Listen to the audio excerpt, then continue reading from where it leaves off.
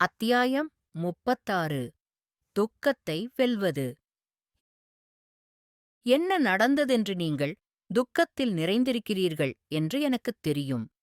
காணாமல் போன மற்றும் பேரானந்தம் செய்யப்பட்ட உங்களுக்குத் தெரிந்தவர்களுக்காகவும், பூமியில் பேரானந்தம் தொடர்பான குழப்பத்தில் இறந்தவர்களைப் பற்றி நீங்கள் அக்கறை கொண்டவர்களுக்காகவும் நீங்கள் வருத்தப்படுகிறீர்கள் என்பது எனக்குத் தெரியும். நீங்கள் பின்தங்கியிருப்பதால் நீங்கள் வருத்தப்படுகிறீர்கள் என்பதையும் நான் அறிவேன். நீங்கள் கடலில் தொலைந்து போனது போல் தனியாக உணரலாம். ஒருவேளை நீங்கள் உங்கள் நம்பிக்கையையும் வாழ்வதற்கான விருப்பத்தையும் இழந்துவிட்டீர்கள். கடவுள் உங்களுக்கு அருகில் இருக்கிறார் என்பதை அறிந்து கொள்ளுங்கள். நீதிமான்கள் கூப்பிடுகிறார்கள், கர்த்தர் கேட்டு அவர்களுடைய எல்லா உபத்திரவங்களிலிருந்தும் அவர்களை விடுவிப்பார். நொறுங்குண்ட இருதயமுள்ளவர்களுக்கு கர்த்தர் சமீபமாயிருக்கிறார், நொறுக்கப்பட்ட ஆவியுள்ளவர்களை இரட்சிக்கிறார். சங்கீதம் 34:17-18 வரை. பேரானந்தத்தின் போது காணாமல் போன மக்களைப் பொறுத்தவரை, அவர்கள் இப்போது இயேசுவுடன் மகிமையான புதிய உடல்களுடன் இருப்பதை அறிவதன் மூலம் நீங்கள் நிம்மதியடையலாம் என்பதை அப்போஸ்தலன் பவுல் இந்த வசனங்களில் நமக்கு விளக்குகிறார். சதை மற்றும் இரத்தம் என்பது உங்கள் தற்போதைய உடலைக் குறிக்கிறது. தூக்கம் என்பது மரணத்தை குறிக்கிறது. இப்போது நான் இதைச் சொல்கிறேன், சகோதரர்களே, மாம்சமும் இரத்தமும் கடவுளுடைய ராஜ்யத்தைச் சுதந்தரிக்க முடியாது. அழியக்கூடியது அழியாததையும் பெறுவதில்லை. இதோ, நான் உங்களுக்கு ஒரு மர்மம் சொல்கிறேன். நாம் அனைவரும் தூங்க மாட்டோம். ஆனால் நாம் அனைவரும் ஒரு கணத்தில், கண் இமைக்கும் நேரத்தில், கடைசி எக்காளத்தில் மாற்றப்படுவோம். ஏனென்றால் எக்காளம் ஒலிக்கும், இறந்தவர்கள் அழியாதவர்களாக எழுப்பப்படுவார்கள், நாம் மாற்றப்படுவோம். இந்த அழியக்கூடிய உடல் அழியாததாக ஆக வேண்டும். மேலும் இந்த சாவு அழியாத தன்மையை அணிய வேண்டும். ஆனால் இந்த அழியக்கூடிய உடல் அழியாததாகி, இந்த மரணம் அழியாத தன்மையை அணிந்திருக்கும்போது எழுதப்பட்டவை நடக்கும். மரணம் வெற்றியில் விழுங்கப்படுகிறது. முதல் கொரிந்தியர் 15:50-54. நீங்கள் இயேசு கிறிஸ்துவில் நம்பிக்கை வைத்திருந்தால் நீங்கள் அவர்களை மீண்டும் காண்பீர்கள். உங்கள் நித்திய இல்லம் இயேசுவோடு இருப்பதால் இது எல்லாம் வல்ல, எல்லாம் அறிந்த எங்கள் கடவுளின் வாக்குறுதியாகும். நீங்கள் தற்போது அனுபவிப்பது போன்ற துக்கத்தை நான் அனுபவிக்கவில்லை என்றாலும் அப்படிப்பட்ட ஒருவரை எனக்குத் தெரியும். அவன் பெயர் யோபு. பைபிளில் உள்ள அனைத்து நபர்களிலும் யோபு நீங்கள் தொடர்பு கொள்ளக்கூடிய ஒருவர். யோபுக்கு என்ன நேர்ந்தது, எப்படி அவனது துயரத்தை சமாளிக்க முடிந்தது என்பதை பார்ப்போம். யோபு ஒரு நீதிமான், உத்தமம் நிறைந்தவர், கடவுளுக்கு உண்மையுள்ளவர் என்று பைபிள் சொல்கிறது. அவர் 10 பிள்ளைகள், நிலம் மற்றும் ஏராளமான கால்நடைகளுடன் நன்கு ஆசீர்வதிக்கப்பட்டார். அவர் தனது நகரத்தில் மிகப்பெரிய பணக்காரராகவும் இருந்தார்.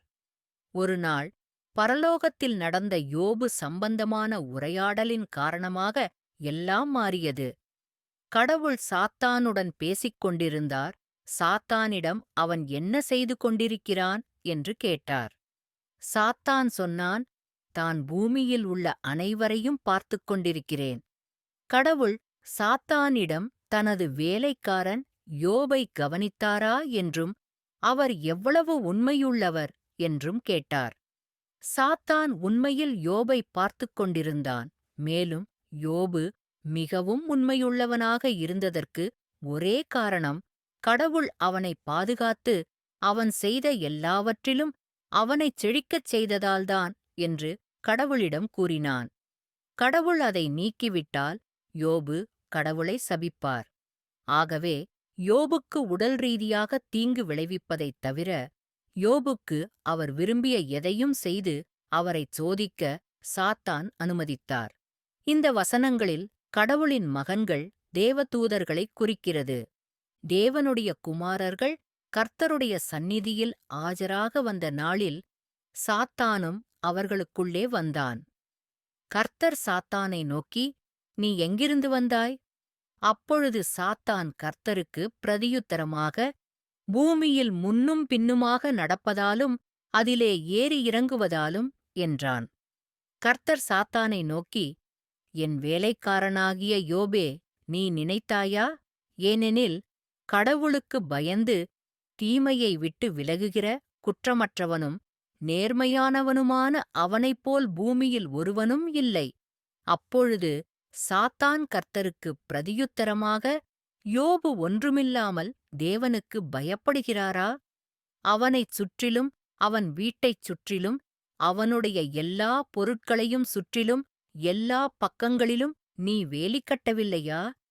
நீங்கள் அவருடைய கைகளின் வேலையை ஆசீர்வதித்தீர்கள். அவருடைய செல்வம் தேசத்தில் பெருகியது. ஆனால் இப்போது உங்கள் கையை நீட்டி அவரிடமுள்ள அனைத்தையும் தொட்டுப் பாருங்கள். அவர் உங்கள் முகத்தில் உங்களைத் துரப்பார். யோபு 1:6-11 வரை. சாத்தானுக்கு ஒரு வயல்நாள் இருந்தது.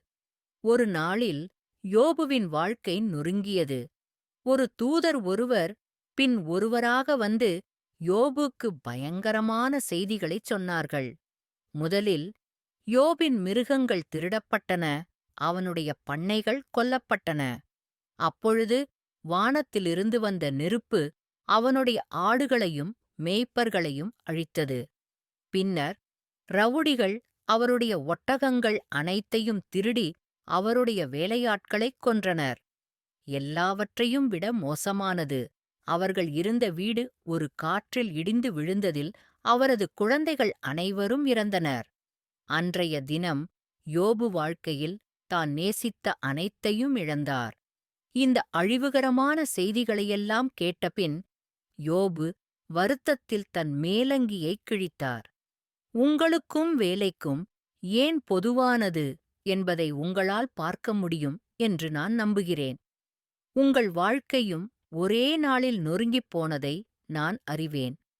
இந்த வசனங்களில் அவருடைய மகன்களும் அவருடைய மகள்களும் யோபின் மகன்கள் மற்றும் மகள்கள்.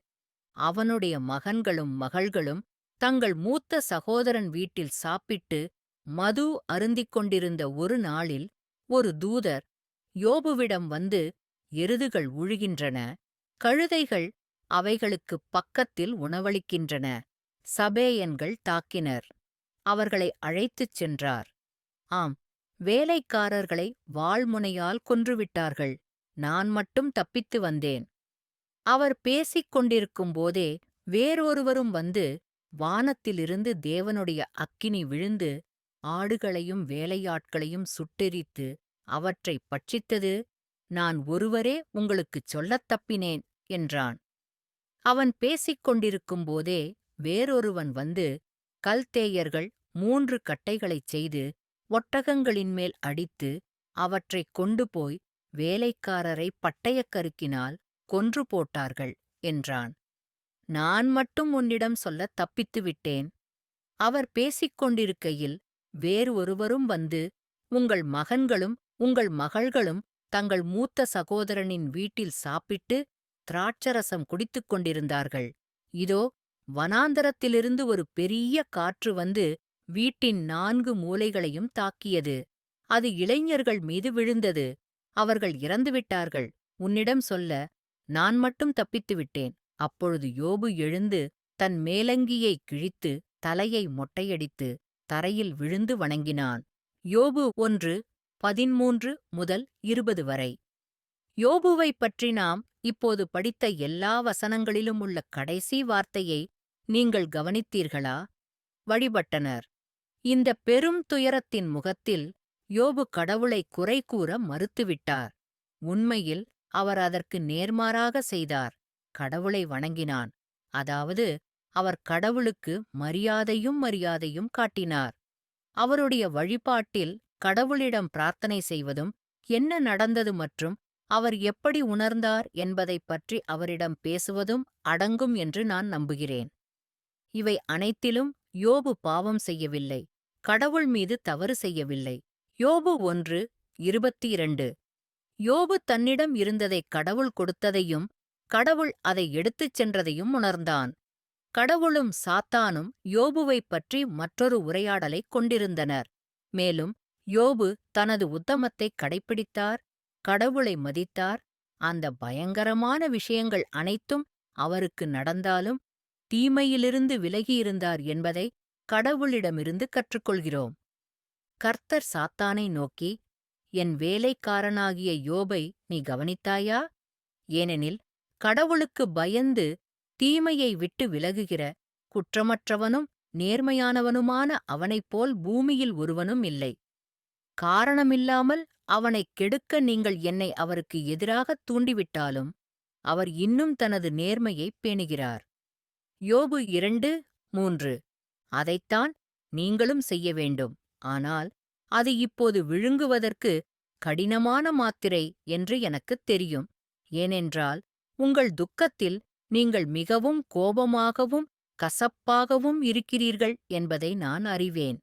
உங்களுக்கு இதைச் செய்ததற்காகவும் நீங்கள் எதிர்கொள்ளும் பிரச்சனைகளின் மூலம் உங்களைத் தள்ளியதற்காகவும் நீங்கள் அனுபவிக்கும் வலியை அனுபவிக்க அனுமதித்ததற்காகவும் நீங்கள் கடவுளிடம் கோபப்படுகிறீர்கள் என்பதை நான் அறிவேன். உங்களைப் போலவே யோபுக்கும் கோபம் வந்ததால் எனக்குத் தெரியும். அடுத்து என்ன நடந்தது என்று பார்ப்போம். பரலோகத்தில் கடவுளுக்கும் சாத்தானுக்கும் இடையே நடந்த அந்த இரண்டாவது உரையாடலில் எல்லாவற்றையும் இழந்தாலும் யோபு தன் உண்மைத்தன்மையை கடைப்பிடிப்பதை கவனித்தீர்களா என்று கடவுள் சாத்தானைக் கேட்டார். நிச்சயமாக சாத்தான் கவனித்திருந்தான். அதற்கு சாத்தான் கடவுளிடம் சொன்ன ஒரே காரணத்தை யோபு இன்னும் ஆரோக்கியமாக வைத்திருந்தான். இல்லையெனில் யோபு கடவுளை சபிப்பார். ஆகவே யோபுவின் உடல்நிலையைக் கெடுக்க கடவுள் சாத்தானை அனுமதித்தார். சாத்தான் கர்த்தருக்குப் பிரதியுத்தரமாக தோலுக்குத் தோல் என்றான். ஆம், ஒரு மனிதனிடமுள்ள அனைத்தையும் அவன் தன் வாழ்க்கைக்காகக் கொடுப்பான். ஆனால் இப்போது உன் கையை நீட்டு, அவன் எலும்பையும் அவன் சதையையும் தொடு, அப்பொழுது அவன் உன்னை உன் முகத்திற்குத் துறந்து விடுவான். கர்த்தர் சாத்தானை நோக்கி, இதோ அவன் உன் கையில் இருக்கிறான், அவனது உயிரை மட்டும் காப்பாற்று. அப்பொழுது சாத்தான் கர்த்தருடைய சந்நிதியை விட்டுப் புறப்பட்டுப் போய் யோபின் உள்ளங்கால் தொடங்கி அவன் தலைவரை வலிமிகுந்த புண்களால் அவனை அடித்தான். அவர் தன்னைத் துடைக்க ஒரு பானை ஓடு ஒன்றை எடுத்துக்கொண்டு சாம்பலின் நடுவில் அமர்ந்தார். யோபு 2:4-8. ஜாப் இப்போது தனது குழந்தைகளையும் உடைமைகளையும் இழந்த துக்கத்தின் மேல் மிகுந்த உடல் வலியை அனுபவித்து வருகிறார். யோபுவின் நண்பர்கள் அவருக்கு ஆறுதல் சொல்ல வருவதை நாம் முதலில் பார்க்கிறோம். அவருடைய துன்பம் வார்த்தைகளுக்கு மிக அதிகமாக இருப்பதை அவர்கள் கண்டார்கள். அதனால் அவர்கள் 7 நாட்கள் அவருடைய பக்கத்தில் அமர்ந்தார்கள். யோபுவின் 3 நண்பர்களும் அவனுக்கு வந்த இந்த தீமை பற்றிக் கேள்விப்பட்டபோது அவர்கள் ஒவ்வொருவரும் அவரவரிடத்திலிருந்து தேமானியனான எலிப்பாஸ், ஷூஹியனாகிய பில்தாத், நாமாத்தியனான சோஃபார் என்பவர்கள். மேலும் அவருக்கு அனுதாபப்படுவதற்கும் அவருக்கு ஆறுதல் கூறுவதற்கும் அவர்கள் ஒன்றாக நேரம் ஒதுக்கினர். அவர்கள் தூரத்திலிருந்து கண்களை உயர்த்தி அவரை அடையாளம் காணாதபோது அவர்கள் தங்கள் குரலை உயர்த்தி அழுதார்கள். அவர்கள் ஒவ்வொருவரும் அவரவர் மேலங்கியைக் கிழித்துக்கொண்டு வானத்தை நோக்கி தங்கள் தலையில் மண்ணைத் தூவினர். அதனால் 7 பகலும் 7 இரவும் அவருடன் தரையில் அமர்ந்தார்கள். யாரும் அவருடன் ஒரு வார்த்தையும் பேசவில்லை. ஏனென்றால் அவருடைய துக்கம் மிகவும் அதிகமாக இருப்பதை அவர்கள் கண்டார்கள். யோபு 2:11-13 வரை. ஜாப் தனது நண்பர்களைத் தங்கள் இருப்பைக் கொண்டு ஆறுதல் படுத்த அனுமதித்தார். நீங்களும் அவ்வாறே செய்ய பரிந்துரைக்கிறேன். உங்களை நீங்களே ஒதுக்கிக் கொண்டு உங்களை நீங்களே வருத்திக் கொள்ளாதீர்கள். நீங்கள் இப்போது என்ன அனுபவிக்கிறீர்கள் என்பதைத் தெரிந்தவர்கள் உங்களில் உள்ளனர். ஒருவருக்கொருவர் என்ன பேசுவது என்று உங்களுக்குத் தெரியாவிட்டால் பரவாயில்லை. ஒருவருக்கொருவர் முன்னிலையில் ஆறுதல் பெறுங்கள். நீங்கள் தனியாக இல்லை என்பதை அறிந்து கொள்ளுங்கள். இந்த கூடுதல் வருத்தத்திற்கு யோபுவின் ஆரம்ப பதில், அவர் கடவுளிடமிருந்து நல்ல விஷயங்களை ஏற்றுக்கொண்டார் என்பதை மேலும் உணர்ந்தார். எனவே அவர் கெட்டதையும் ஏற்றுக்கொள்ள வேண்டும். இந்த வசனங்களில் அவனுடைய மனைவி, யோபின் மனைவி, அவள் யோபுவிடம் பேசுகிறாள். அப்பொழுது அவன் மனைவி அவனை நோக்கி, நீ இன்னும் உத்தமத்தைக் காத்துக் கொண்டிருக்கிறாயா? கடவுளைத் துறந்து இரக்கவும். ஆனால் அவன் அவளிடம், முட்டாள் பெண்களில் ஒருத்தி பேசுவது போல் நீ பேசுகிறாய்.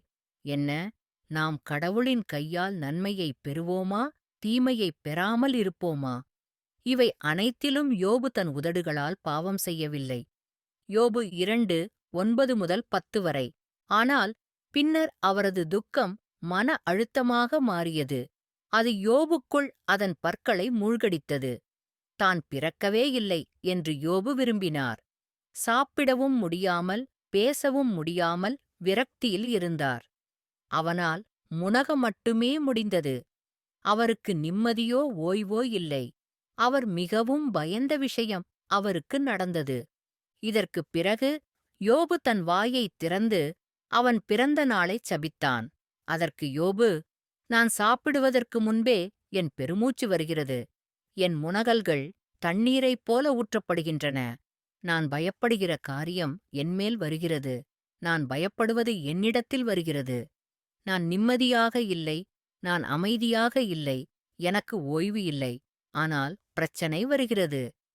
யோபு 3:1-2, 24-26. யோபு திகிலுடன் வாழ்ந்தான், துக்கம் நிறைந்தான்.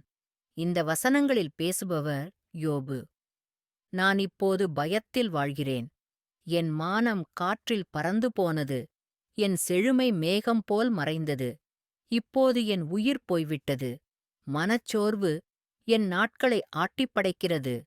யோபு 30:15-16 புதிய வாழ்க்கை மொழிபெயர்ப்பு. யோபுவின் அடுத்த பதில் தன் இதயத்தை கடவுளிடம் ஊற்றுவதாக இருந்தது. தன் சுமைகளை கடவுளிடம் பகிர்ந்து கொண்டார். கீழே உள்ள இந்த வசனங்களில் பேசுபவர் யோபு. கடலின் அனைத்து மணலையும் விட தனது துயரத்தின் எடை எவ்வளவு என்பதை அவர் கடவுளிடம் கூறினார். ஆஹா, அதற்கு யோபு, ஐயோ, என் மனவேதனையை எடை போட்டு என் ஆபத்தையெல்லாம் தராசில் வைத்தேனா?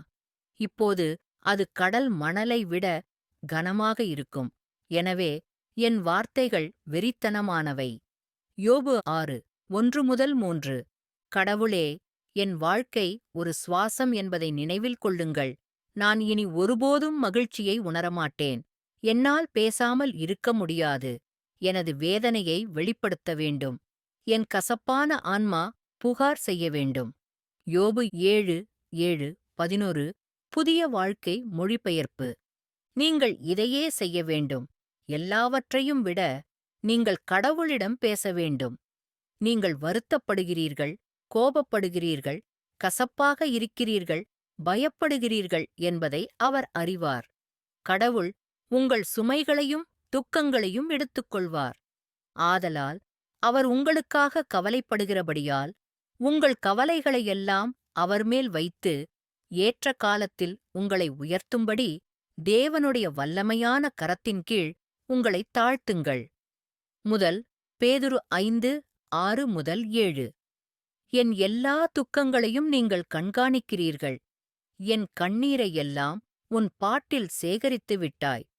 ஒவ்வொன்றையும் உங்கள் புத்தகத்தில் பதிவு செய்துள்ளீர்கள். சங்கீதம் 56:8 புதிய வாழ்க்கை மொழிபெயர்ப்பு. பதிலுக்கு கடவுள் உங்களுக்கு அமைதியை தருவார்.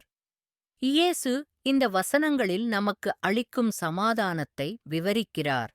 ஆகையால் உங்களுக்கு இப்போது துக்கம் இருக்கிறது. ஆனால் நான் உங்களை மீண்டும் பார்ப்பேன். உங்கள் இதயம் மகிழ்ச்சியடையும். உங்கள் மகிழ்ச்சியை யாரும் உங்களிடமிருந்து பறிக்க மாட்டார்கள். என்னிடத்தில் நீங்கள் சமாதானம் அடையும்படிக்கு இவைகளை உங்களுக்குச் சொன்னேன். உலகில் உங்களுக்கு சிக்கல் உள்ளது. ஆனால் உற்சாகப்படுத்துங்கள். நான் உலகத்தை வென்றுவிட்டேன். ஜான் 16:22-33. நீங்கள் உணரும் கோபத்தைப் பற்றி நான் எச்சரிக்க விரும்புகிறேன். யோபு செய்தது போல் கசப்பாக மாறவிடாதீர்கள். தனது துயரத்தில் யோபு கடவுளின் உண்மையை மறுக்க ஆரம்பித்தார். யோபு கடவுளிடம் தனது நம்பிக்கையை அழித்துவிட்டதாகவும், கடவுள் அவரை வெறுத்ததாகவும், கடவுள் மக்களின் புலம்பல் மற்றும் உதவிக்காக அழுவதைக் கேட்கவில்லை என்றும் கூறினார். பொல்லாதவர்கள் செழித்திருப்பதால் யோபு அவர்களைப் பொறாமைப்படுத்த ஆரம்பித்தார். ஆனால் அவர் அவ்வாறு செய்யவில்லை. துன்மார்க்கர்கள் தாங்கள் செய்ததற்காக நியாயந்தீர்க்கப்பட மாட்டார்கள் என்று அவர் கவலைப்பட்டார். கடவுள் தனது உரிமைகளை எடுத்துக்கொண்டார், மேலும் அவரது ஆன்மாவை கசப்பானதாக்கினார் என்று யோபு நம்பினார். யோபின் கோபம் கடவுளுக்கு எதிரான கலகமாக மாறியது. கீழேயுள்ள இந்த வேதாகமத்தில் யோபுதான் பேசுகிறார். கடவுள் என்னைத் தகர்த்தெறிந்து தம்முடைய வலையால் என்னைச் சூழ்ந்திருக்கிறார் என்பதை இப்போது அறிந்து கொள். இதோ, நான் தவறாக கூப்பிடுகிறேன், ஆனால் நான் கேட்கவில்லை. நான் உதவிக்காக அழுகிறேன், ஆனால் நியாயம் இல்லை. நான் கடந்து செல்ல முடியாதபடி அவர் என் வழியை அடைத்து என் பாதைகளில் இருளைப் போட்டார்.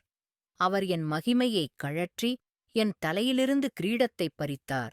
அவர் என்னை எல்லாப் பக்கங்களிலும் உடைத்துவிட்டார். நான் போய்விட்டேன். அவர் என் நம்பிக்கையை ஒரு மரத்தைப் போல பறித்துவிட்டார். யோபு 19:6-10. என் ஆத்துமா என் வாழ்க்கையில் சோர்வாக இருக்கிறது. எனது புகாருக்கு இலவச பாடம் வழங்குவேன். என் உள்ளத்தின் கசப்பில் பேசுவேன். நான் கடவுளிடம் சொல்வேன், என்னைக் கண்டிக்காதே. நீங்கள் ஏன் என்னுடன் சண்டையிடுகிறீர்கள் என்பதைக் காட்டு. துன்புறுத்துவதும் உங்கள் கைகளின் செயலை இகழ்வதும் துன்மார்க்கரின் ஆலோசனையைப் பார்த்து புன்னகைப்பதும் உங்களுக்கு நல்லதா? நான் பொல்லாதவன் என்று உனக்குத் தெரிந்தாலும் உன் கைக்குத் தப்புவிப்பவன் ஒருவனும் இல்லை. ஆயினும் இவற்றை உன் இதயத்தில் மறைத்தாய். இது உன்னிடம் இருக்கிறது என்று எனக்குத் தெரியும். நான் பாவம் செய்தால் நீங்கள் என்னைக் குறிக்கிறீர்கள். நீங்கள் என் அக்கிரமத்திலிருந்து என்னை விடுவிக்க மாட்டீர்கள். அப்படியானால் என்னை ஏன் கர்ப்பத்திலிருந்து வெளியே கொண்டு வந்தாய்? நான் ஆவியைக் கைவிட்டிருக்க விரும்புகிறேன். எந்தக் கண்ணும் என்னைப் பார்க்கவில்லை. நான் இல்லாதது போல் இருந்திருக்க வேண்டும். நான் கருவறையிலிருந்து கல்லறைக்குக் கொண்டு செல்லப்பட்டிருக்க வேண்டும். என் நாட்கள் கொஞ்சமல்லவா? நிறுத்து. இருள் மற்றும் மரணத்தின் நிழலின் தேசத்திற்கு நான் திரும்பாத இடத்திற்குச் செல்வதற்கு முன் நான் கொஞ்சம் ஆறுதல் பெற என்னை விட்டுவிடுங்கள். யோபு 10:1-3, 7, 13 முதல் 14, 18 முதல் 21 வரை. யோபு கடவுளுடன் வாதிட்டார். கடவுளை கண்டனம் செய்தார். கடவுளுக்கு அறிவுறுத்தினார். கடவுள் நியாயமானவர் அல்ல என்றும், தான் எந்தத் தவறும் செய்யாததால் அநியாயமாக நடத்தப்படுவதாகவும் அவர் நினைத்தார். யோபு தனக்குப் புரியாத விஷயங்களைக் குறித்தும் கடவுளுக்கு எதிராகப் பேசிக் கொண்டிருந்தான். சில விஷயங்கள் நமக்கு நடக்கக் கடவுள் அனுமதிக்கிறார் என்பதற்கான எல்லா காரணங்களும் எங்களுக்குத் தெரியாது. எனவே யோபு செய்ய முயற்சித்தது போன்ற முடிவுகளை நாம் எடுக்கக்கூடாது. நமக்குத் தெரிந்ததை மட்டுமே நாம் நம்ப முடியும். அது என்ன நடந்தாலும் கடவுள் நம் ஒவ்வொருவரையும் நேசிக்கிறார். மேலும் கடவுள் நம் சிறந்த ஆர்வத்தை மனதில் வைத்திருக்கிறார். உங்கள் ஆன்மாவைக் காப்பாற்றுவதே அவருடைய குறிக்கோள். அடிக்கடி துக்கம் தேவைப்படுவதால் நீங்கள் உதவிக்காக அவரிடம் திரும்புவீர்கள். பிசாசு நம் வாழ்வில் காலூன்றுவதற்கு கோபத்தைப் பயன்படுத்துகிறான் என்று பைபிள் சொல்கிறது. கோபம் உங்களைக் கட்டுப்படுத்த அனுமதித்து பாவம் செய்யாதீர்கள். நீங்கள் கோபமாக இருக்கும்போது சூரியன் மறைந்துவிடாதீர்கள். ஏனென்றால் கோபம் பிசாசுக்கு கால் வைக்கிறது. எபேசியர் 4:26-27 புதிய வாழ்க்கை மொழிபெயர்ப்பு. நிதானமாகவும் தன்னடக்கமாகவும் இருங்கள். கவனமாக இருங்கள். உங்கள் எதிரியாகிய பிசாசு கெர்ச்சிக்கிற சிங்கம் போல் யாரை விழுங்கலாம் என்று தேடி அலைகிறான். உலகத்திலுள்ள உங்கள் சகோதரர்களும் அதே துன்பங்களை அனுபவிக்கிறார்கள் என்பதை அறிந்து, உங்கள் விசுவாசத்தில் உறுதியாக அவரை எதிர்த்து நில்லுங்கள். 1 பேதுரு 5:9. இதை எப்படி எதிர்த்துப் போராடுவது என்றும் பைபிள் சொல்கிறது. இது உங்கள் கோபத்தைத் தீர்ப்பதன் மூலம். நீங்கள் கடவுள் மீது கோபமாக இருந்தால், கடவுளின் வார்த்தையில் நுழைந்து அவருடைய உண்மைகளை அறிந்து கொள்ளுங்கள். துக்கத்தின் போது யோபு கடவுளின் வார்த்தைகளை பொக்கிஷமாக கருதினார். பின்னர் கடவுளுடன் பிரார்த்தனை நேரத்தில் ஈடுபடுங்கள்.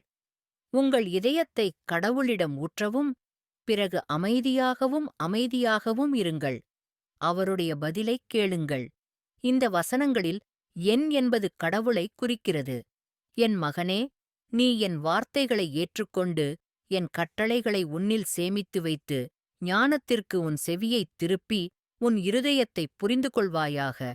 ஆம், நீங்கள் பகுத்தறிவைக் கூப்பிட்டு, புரிந்து கொள்ள உங்கள் குரலை உயர்த்தினால், நீங்கள் அவளை வெள்ளியாகத் தேடி, மறைந்திருக்கும் பொக்கிஷங்களைப் போல அவளைத் தேடினால், நீங்கள் கர்த்தருக்கு பயப்படுவதைப் புரிந்துகொண்டு, தேவனை அறிகிற அறிவைப் பெறுவீர்கள்.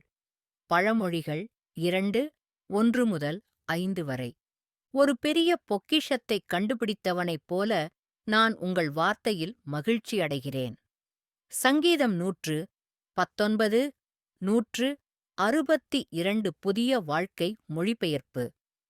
யோபு துன்பப்பட்டு விரக்தியில் நிரம்பியபோது உணவை விட கடவுளின் வார்த்தையை பொக்கிஷமாகக் கருதினார்.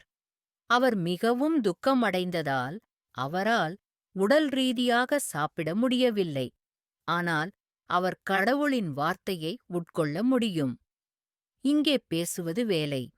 அவருடைய உதடுகளின் கட்டளையிலிருந்து நான் பின்வாங்கவில்லை. நான் அவருடைய வாயின் வார்த்தைகளை எனக்குத் தேவையான உணவை விட அதிகமாக பொக்கிஷமாக வைத்திருக்கிறேன். யோபு 23:12. தான் ஒருபோதும் பாவம் செய்யாததால் கடவுள் மற்றவர்களைத் தண்டிக்க வேண்டும் என்று யோபு நினைத்தார். யோபு என்ன பாவம் செய்தார் என்பதைப் புரிந்து கொள்ள கடவுள் யோபுவின் வேண்டுகோளுக்கு பதிலளித்தார். கடவுள் யோபுவிடம் அவர் அறியாத வார்த்தைகளைப் பேசினார். அவர் கடவுளுடன் வாதிடுகிறார். அவர் கடவுளை குறை கூறுகிறார். யோபின் பாவம் பெருமையாக இருந்தது. கடவுளை விட தனக்கு நன்றாகத் தெரியும் என்று யோபு நினைத்தார். யோபுக்கு அதைக் கேட்பது கடினமாக இருந்திருக்கும். அப்பொழுது கர்த்தர் சுழல் காற்றிலிருந்து யோபுக்கு பிரதியுத்தரமாக அறிவு இல்லாத வார்த்தைகளினால் ஆலோசனையை இருட்டாக்குகிறவன் யார்? ஒரு மனிதனைப் போல் தைரியமாக இரு, ஏனென்றால் நான் உன்னைக் கேள்வி கேட்பேன், நீ எனக்கு பதில் சொல்லு. நான் பூமிக்கு அடித்தளமிட்டபோது நீ எங்கே இருந்தாய்? உங்களுக்கு புரிந்துணர்வு இருந்தால் அறிவிக்கவும். மரணத்தின் வாயில்கள் உங்களுக்கு வெளிப்படுத்தப்பட்டதா? அல்லது மரணத்தின் நிழலின் வாயில்களைப் பார்த்தீர்களா? நிச்சயமாக உங்களுக்குத் தெரியும், ஏனென்றால் நீங்கள் அப்போது பிறந்தீர்கள். உங்கள் நாட்களின் எண்ணிக்கை பெரியது. யோபு 38, 1-4, 17-21. மேலும் கர்த்தர் யோபுக்குப் பிரதியுத்தரமாக வாக்குவாதம் செய்கிறவன் சர்வவல்லவரோடு வாதிடலாமா? கடவுளிடம் வாக்குவாதம் செய்பவர் பதில் சொல்லட்டும். யோபு 40, 1-2. கடவுளின் பதிலுக்கு யோபுவின் பதிலில் இருந்து கற்றுக்கொள்ள நிறைய இருக்கிறது. அப்பொழுது யோபு கர்த்தருக்குப் பிரதியுத்தரமாக, இதோ நான் சிறிய கணக்காயிருக்கிறேன். நான் உனக்கு என்ன பதில் சொல்வேன்? என் வாயில் கை வைத்தேன். நான் ஒருமுறை பேசிவிட்டேன். பதில் சொல்ல மாட்டேன். ஆம், 2 முறை. ஆனால் நான் இனி தொடர மாட்டேன். யோபு 40, 3-5 வரை. அப்பொழுது யோபு கர்த்தருக்குப் பிரதியுத்தரமாக, உன்னால் எல்லாவற்றையும் செய்ய முடியும் என்பதையும் உன்னுடைய எந்த நோக்கத்தையும் தடுக்க முடியாது என்பதையும் நான் அறிவேன். அறிவு இல்லாமல் அறிவுரையை மறைக்கிற இவர் யார் அப்படின்னு கேட்டீர்கள். அதனால எனக்குப் புரியாத, எனக்கு மிகவும் அற்புதமான, நான் அறியாத விஷயங்களைச் சொன்னேன். நீங்க சொன்னீங்க. இப்போது கேளுங்கள், நான் பேசுகிறேன். நான் உன்னைக் கேள்வி கேட்பேன், நீ எனக்கு பதிலளிப்பாய். நான் உன்னைப் பற்றி காதில் கேட்டேன். ஆனால் இப்போது என் கண் உன்னைப் பார்க்கிறது. ஆகையால் நான் என்னையே வெறுக்கிறேன். மண்ணிலும் சாம்பலிலும் மனந்திரும்புகிறேன். யோபு 42, 1-6. யோபு கடவுளிடம்தான் ஒன்றுமில்லை. தான் அதிகமாகச் சொன்னதாகவும் வேறு எதுவும் சொல்லவில்லை என்றும் கூறினார். யோபு தன்னைத் தாழ்த்திக் கொண்டு, கடவுள் யார்? கடவுள் எவ்வளவு பெரியவர்? கடவுள் தனது முழுமையான மரியாதைக்குத் தகுதியானவர் என்பதை நினைவுகூர்ந்தார். அப்போதுதான் நிறைய பேசிக் கொண்டிருப்பதையும் கேட்கவில்லை என்பதையும் யோபு உணர்ந்தார். கடவுளுடனான உங்கள் பிரார்த்தனை நேரத்தில் நீங்கள் முழு பிரபஞ்சத்தையும் உருவாக்கியவருடன் பேசுகிறீர்கள் என்பதை நினைவில் கொள்ளுங்கள். சில சமயங்களில் அவர் காலடியில் உட்கார்ந்து கேட்பதுதான் சிறந்தது. நம்முடைய சூழ்நிலைகளைப் பொருட்படுத்தாமல் கடவுள் நம் வணக்கத்திற்கு தகுதியானவர். என் கடவுளே, அரசரே, நான் உன்னை உயர்த்துவேன். உமது நாமத்தை என்றென்றும் துதிப்பேன். ஒவ்வொரு நாளும் நான் உன்னைப் புகழ்வேன். உமது பெயரை என்றென்றும் போற்றுவேன். கர்த்தர் பெரியவர், மிகவும் போற்றப்பட வேண்டியவர். அவருடைய மகத்துவம் தேட முடியாதது. சங்கீதம் 145 1-3.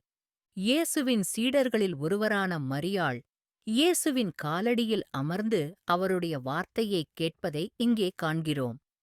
மேரியைப் போல இருங்கள், கேளுங்கள். அவர்கள் போகையில் அவர் ஒரு கிராமத்திற்குள் பிரவேசித்தார். மார்த்தா என்ற பெண்மணி அவரைத் தன் வீட்டிற்கு ஏற்றுக்கொண்டார். அவளுக்கு மரியாள் என்று ஒரு சகோதரி இருந்தாள். அவளும் இயேசுவின் பாதத்தில் அமர்ந்து அவருடைய வார்த்தையைக் கேட்டாள். லூக்கா 10:38-39 வரை.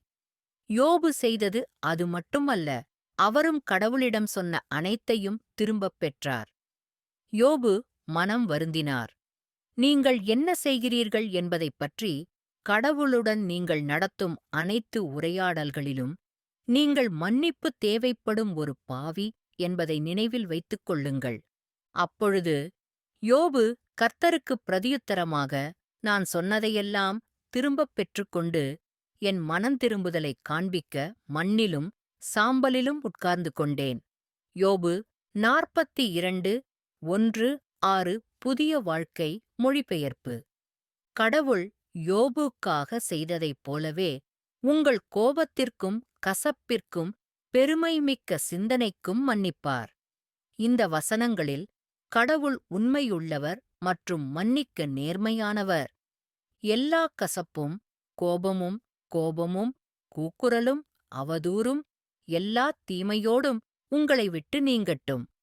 கிறிஸ்துவுக்குள் தேவன் உங்களை மன்னித்தது போல ஒருவருக்கொருவர் தயவாகவும் கனிவான இருதயமுள்ளவர்களாகவும் ஒருவருக்கொருவர் மன்னியுங்கள்.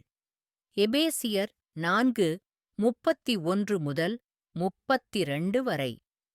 நம்முடைய பாவங்களை நாம் அறிக்கையிட்டால் பாவங்களை மன்னித்து எல்லா அநியாயங்களிலிருந்தும் நம்மைச் சுத்திகரிக்க அவர் உண்மையும் நீதியும் உள்ளவராயிருக்கிறார். முதல் ஜான் 1:9.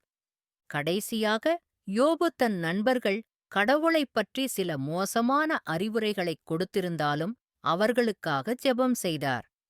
இதுவும் முக்கியமானது. யோபு தன் நண்பர்கள் மீதும் கடவுள் மீதும் கோபமாக இருந்தார்.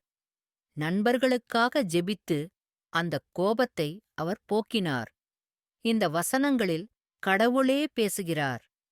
இப்பொழுது நீங்கள் 7 காளைகளையும் 7 செம்மறியாட்டுக் கடாக்களையும் எடுத்துக்கொண்டு என் வேலைக்காரன் யோபுவிடம் போய் உங்களுக்காகத் தகனபலியைச் செலுத்துங்கள். என் தாசனாகிய யோபு உங்களுக்காக ஜெபிக்க வேண்டும். ஏனென்றால் நான் அவரை ஏற்றுக்கொள்வேன். உங்கள் முட்டாள்தனத்தின்படி நான் உன்னுடன் நடந்து கொள்ள மாட்டேன். ஏனென்றால் என் வேலைக்காரன் யோபு சொன்னது போல நீங்கள் என்னைப் பற்றி சரியானதைச் சொல்லவில்லை. அப்படியே தேமானியனான எலிப்பாசும் சூகியனான பில்தாத்தும் நாமாத்தியனான சோஃபார் என்பவனும் போய் கர்த்தர் தங்களுக்குக் கட்டளையிட்டபடி செய்தார்கள். கர்த்தர் யோபை ஏற்றுக்கொண்டார். யோபு தன் நண்பர்களுக்காக ஜெபித்தபோது கர்த்தர் சிறையிருப்பைத் திருப்பினார். யெகோவா யோபுக்கு முன்பிருந்ததை விட 2 மடங்கு கொடுத்தார். யோபு 42:8-10 வரை. நீங்கள் அனுபவிக்கும் அனைத்து துக்கத்தின் மீதும் நீங்கள் வைத்திருக்கும் அனைத்து கோபத்தையும் விடுங்கள். உங்களை விட்டு விலகுவதற்கு உங்களை மன்னியுங்கள். நீங்கள் இருக்கும் சூழ்நிலைக்காக நீங்கள் கோபமாக இருக்கும் யாரையும் மன்னியுங்கள். நீங்கள் கோபமாக இருப்பவர்களுக்காகவும், உங்கள் வருத்தத்திற்கு நீங்கள் குற்றம் சாட்டுபவர்களுக்காகவும் ஜெபியுங்கள். கோபம் உங்களை கட்டுப்படுத்த அனுமதித்து பாவம் செய்யாதீர்கள். இரவோடு இரவாக யோசித்து அமைதியாக இருங்கள். சங்கீதம் 4:4 புதிய வாழ்க்கை மொழிபெயர்ப்பு. உங்கள் குற்றங்களை ஒருவருக்கொருவர் அறிக்கையிட்டு, நீங்கள் குணமடைய ஒருவருக்காக ஒருவர் ஜெபியுங்கள். ஒரு நீதிமானின் வற்புறுத்தப்பட்ட ஜெபம் மிகவும் பயனுள்ளதாக இருக்கும். ஜேம்ஸ் 5:16 கடவுளைப் பற்றிய இந்த அடிப்படை உண்மையை நினைவில் வையுங்கள், அவர் உங்களை நேசிக்கிறார். யோபின் நண்பர் ஒருவர், கடவுள் துன்பத்தை மக்களைக் காப்பாற்றப் பயன்படுத்துகிறார் என்று யோபுவிடம் சுட்டிக்காட்டினார். அப்படித்தான் கடவுள் சிலரின் கவனத்தை ஈர்க்க வேண்டும். நீங்கள் அனுபவித்த அனைத்து கஷ்டங்களிலும் கடவுள் இப்போது உங்கள் கவனத்தை ஈர்க்கிறார் என்று நம்புகிறேன். உங்களை காப்பாற்றுவதே அவருடைய நோக்கம் என்பதை அறிந்து கொள்ளுங்கள். இந்த வசனத்தில் அவர் காப்பாற்றுவது கடவுளைக் குறிக்கிறது. ஆனால் அவர்களின் துன்பத்தின் மூலம் துன்பப்படுபவர்களை மீட்கிறார். ஏனெனில் அவர் துன்பத்தின் மூலம் அவர்களின் கவனத்தை ஈர்க்கிறார். யோபு 36:15 புதிய வாழ்க்கை மொழிபெயர்ப்பு. ஆழமாக யோபுக்கும் இது தெரியும். துக்கத்தில் கடவுளின் சோதனை தன்னை பொன்போலச் செம்மைப்படுத்தும் என்று நண்பர்களிடம் கூறினார். இந்த வேதத்தில் பேசுபவர் யோபு. ஆனால் நான் எடுக்கும் வழி அவருக்குத் தெரியும். அவர் என்னை சோதித்தவுடன் நான் தங்கம் போல் வெளியே வருவேன். என் கால் அவனுடைய அடிகளைப் பற்றிக் கொண்டது. நான் அவர் வழியைக் கடைப்பிடித்தேன், திரும்பவில்லை. அவருடைய உதடுகளின் கட்டளையிலிருந்து நான் பின்வாங்கவில்லை. நான் அவருடைய வாயின் வார்த்தைகளை எனக்குத் தேவையான உணவைவிட அதிகமாக பொக்கிஷமாக வைத்திருக்கிறேன். யோபு 23:10-12 தங்கம். நாம் அனைவரும் தங்கத்தைப் போல சுத்திகரிக்கப்படுகிறோம் என்று கடவுளின் வார்த்தை பலமுறை சொல்கிறது. இந்த வசனங்களில் நான் கடவுளை குறிப்பிடுகிறேன். தேவனே, நீர் எங்களைச் சோதித்தீர். வெள்ளியைச் செம்மைப்படுத்துவது போல் எங்களைச் செம்மைப்படுத்தினீர். சங்கீதம் 66:10 இதோ, நான் உன்னைச் செம்மைப்படுத்தினேன், வெள்ளியைப் போலல்ல, துன்பச் சூளையில் உன்னைத் தேர்ந்தெடுத்தேன். ஏசாயா 48:10 நான் மூன்றில் ஒரு பகுதியை நெருப்புக்குள் கொண்டு வந்து, வெள்ளியைச் சுத்திகரித்தது போல் அவர்களைச் சுத்திகரித்து, பொன்னைச் சோதிப்பது போல் அவர்களைச் சோதிப்பேன். அவர்கள் என் பெயரைச் சொல்லிக் கூப்பிடுவார்கள். நான் அவர்களைக் கேட்பேன். நான் சொல்வேன், இது என் மக்கள். கர்த்தர் என் தேவன் என்று சொல்வார்கள். சகரியா 13:9 தீயால் சோதிக்கப்பட்டாலும் அழிந்து போகும் தங்கத்தை விட விலையேறப் பெற்ற உனது நம்பிக்கையின் ஆதாரம் கிடைக்கப்பெறும் என்று இப்போது சிறிது காலம் தேவைப்பட்டாலும் பல்வேறு சோதனைகளில் துக்கப்படுகிறாய். இயேசு கிறிஸ்துவின் வெளிப்பாட்டின் போது புகழையும் மகிமையையும் மரியாதையையும் விளைவிப்பதற்காக. முதல் பேதுரு 1:6-7 கடவுள் உங்கள் நன்மைக்காக எல்லாவற்றையும் செய்கிறார் என்பதை அறிந்து ஆறுதல் அடையுங்கள். இறுதியில், யோபு முன்பு இருந்ததை விட 2 மடங்கு அதிக செல்வத்தைப் பெற்றார். மேலும் அவருக்கு 10 குழந்தைகளும் பிறந்தன. நீங்கள் இயேசுவின் மீது நம்பிக்கை வைத்தால் உங்கள் துக்கங்களும் பிரச்சனைகளும் கடந்து போகும். யோபை மீட்டெடுத்தது போல் கடவுள் உங்களையும் மீட்டெடுப்பார். கடவுள் எப்போதும் நம் மனதில் நித்தியத்தை வைத்திருக்கிறார். யோபுவை துன்புறுத்தி அவனுடைய எல்லா வேதனையையும் துன்பத்தையும் ஏற்படுத்த சாத்தானை அனுமதித்த போது கடவுள் நித்தியத்தை மனதில் வைத்திருந்தார். யோபுவின் வலி கடவுளுக்கு மகிமை சேர்க்கும் என்பதை கடவுள் அறிந்திருந்தார். அந்த யோபு அவருடைய நண்பர்கள் மற்றும் அவரைப் பற்றி படிக்கும் நம் அனைவருக்கும் நீதிக்கு ஒரு உதாரணமாக இருப்பார். பரலோகத்தில் பொக்கிஷங்களைச் சேமித்து ஒரு கிரீடம் சம்பாதிக்க யோபுக்கு ஒரு வாய்ப்பு கிடைக்க வேண்டும் என்று கடவுள் விரும்பியிருக்கலாம். கடவுளை நேசிப்பவர்களுக்கும் அவருடைய நோக்கத்தின்படி அழைக்கப்பட்டவர்களுக்கும் எல்லாமே நன்மைக்காக ஒன்று சேர்ந்து செயல்படுவதை நாம் அறிவோம். ரோமர்கள் 8:28. யோபு தன் நண்பர்களுக்காக ஜெபித்தபோது கர்த்தர் சிறையிருப்பைத் திருப்பினார். யெகோவா யோபுக்கு முன்பு இருந்ததை விட 2 மடங்கு கொடுத்தார். ஆகவே யோபுவின் ஆரம்பத்தை விட அவருடைய கடைசி முடிவை யெகோவா ஆசீர்வதித்தார். அவரிடம் 14,000 ஆடுகளும் 6,000 ஒட்டகங்களும் 1,000 காளைகளும் 1,000 பெண் கழுதைகளும் இருந்தன. அவருக்கு 7 மகன்களும் 3 மகள்களும் இருந்தனர். இதற்குப் பிறகு யோபு 140 ஆண்டுகள் வாழ்ந்து 4 தலைமுறைகளாகத் தன் மகன்களையும் மகன்களின் மகன்களையும் பார்த்தான். யோபு 42:10-12 முதல் 13-16. நீங்கள் மிகுந்த துக்கத்தை அனுபவித்தாலும் இந்த கடினமான நேரம் கடவுள் மீதான உங்கள் நம்பிக்கையை வளர்த்து சகிப்புத்தன்மையை உருவாக்குவதற்கான சோதனையின் காலம் என்பதை அறிந்து கொள்ளுங்கள். என் சகோதரரே, நீங்கள் பலவிதமான சோதனைகளில் சிக்கும்போது உங்கள் விசுவாசத்தின் சோதனை சகிப்புத்தன்மையை உண்டாக்குகிறது என்பதை அறிந்து அதை மகிழ்ச்சியாக எண்ணுங்கள்.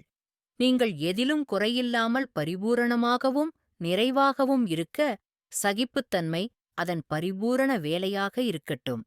ஜேம்ஸ் 1:2-4 வரை. இயேசுவின் மீது உங்கள் நம்பிக்கையை வையுங்கள். நீங்கள் இருக்கும் விரக்தியின் குழியிலிருந்து அவர் உங்களை உடனடியாக உயர்த்துவார். அவர் இரக்கமும் அன்பான இரக்கமும் நிறைந்தவர். நான் யெகோவாவுக்காக பொறுமையுடன் காத்திருந்தேன். அவர் என் பக்கம் திரும்பி என் அழுகையைக் கேட்டார்.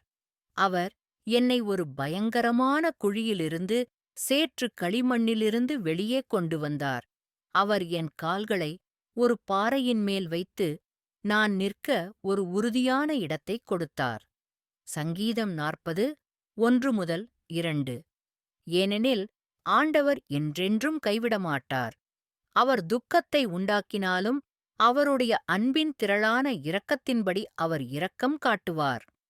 புலம்பல்கள் 3:32.